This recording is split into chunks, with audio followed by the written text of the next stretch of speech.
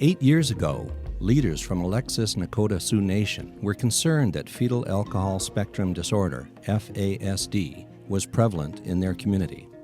They wanted to do more than just treat FASD. They wanted to prevent it. So, they contacted a group of researchers from the University of Alberta. They worked with the researchers as a team to identify a school-based substance abuse prevention program that they could deliver to the children in their community. The Life Skills Training Program, developed by Dr. Gilbert Botvin at Cornell University, was chosen. It was proven to be effective and evidence-based. But while leaders from Alexis thought the program was interesting, the program did not incorporate the community's language, visual, images, or culture. Or our children don't do this, or our children don't do that, and these images don't make sense to us. And this is talking about how bad tobacco is, but we have ceremonial ways that we use tobacco, and it says nothing about that. And if we just talk about bad tobacco, that's going to confuse the children. So if we're going to use this, we have to adapt it. We have to adapt it so it makes sense for our community.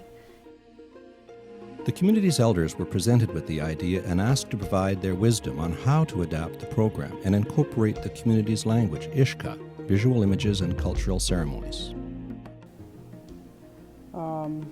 The elders kind of looked at different things of what could be used in that, and the biggest thing that I find that they came up with was the naming ceremony.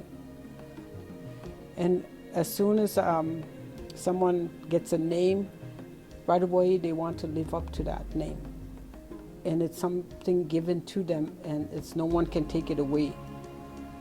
But as soon as they get a name, right away their eyes light up. I'm important because I'm unique, because they all get a unique name. For little children, for young people, that's so important to them, because there's so much, the self-esteem is really low, and a lot of times it brings them up. It builds them up. You know, anything and anything to help our kids, we want. And I think that's one of them. And one of us will go and pray for them to smudge them before the start. Even that's good. So I think this life skill program it's really good for our kids. If that's what you want to know, that's my opinion. The program builds the children's self-esteem by teaching them about their culture and community.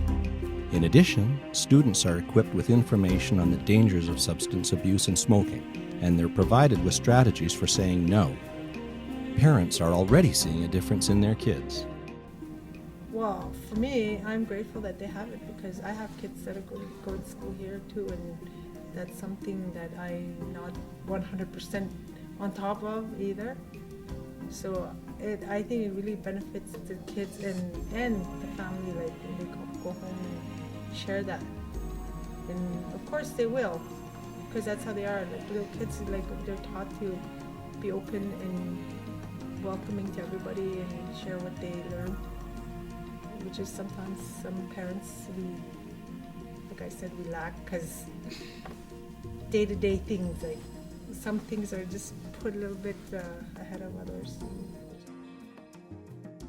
So the community has asked us as a next step to work with them to develop a parallel parent program.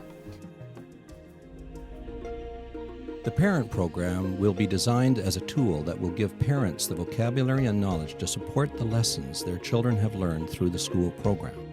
Another unique aspect of the adaptation, delivery, and evaluation of the Learning Skills Program of the Alexis Nakota Sioux Nation is that it was undertaken as a community-based participatory research project. A researcher's success in the university community is often tied to the number of papers he or she has published. That means many researchers are deterred from doing community-based research due to the investment in time required to develop relationships and reach the finish line. But Dr. Bedela's goals are different. And so for me, that's what it's about. It's about changing policy. It's not about getting a publication.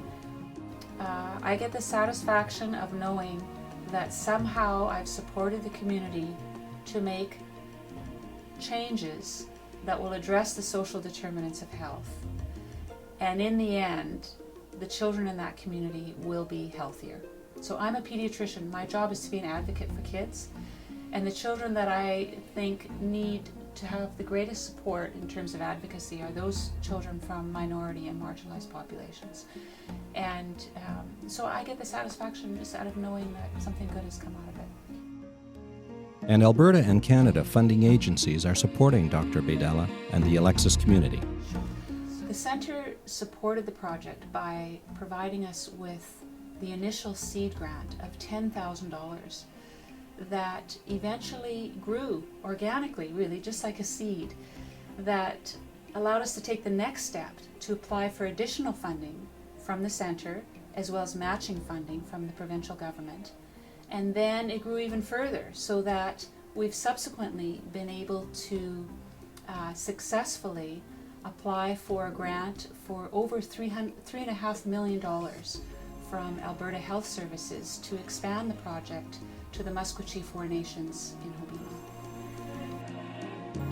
The Alberta Centre for Child, Family and Community Research, along with its primary funder, Alberta Children and Youth Services, is proud to have supported this project and looks forward to the next chapter in the story of the Life Skills Training Program in Alberta.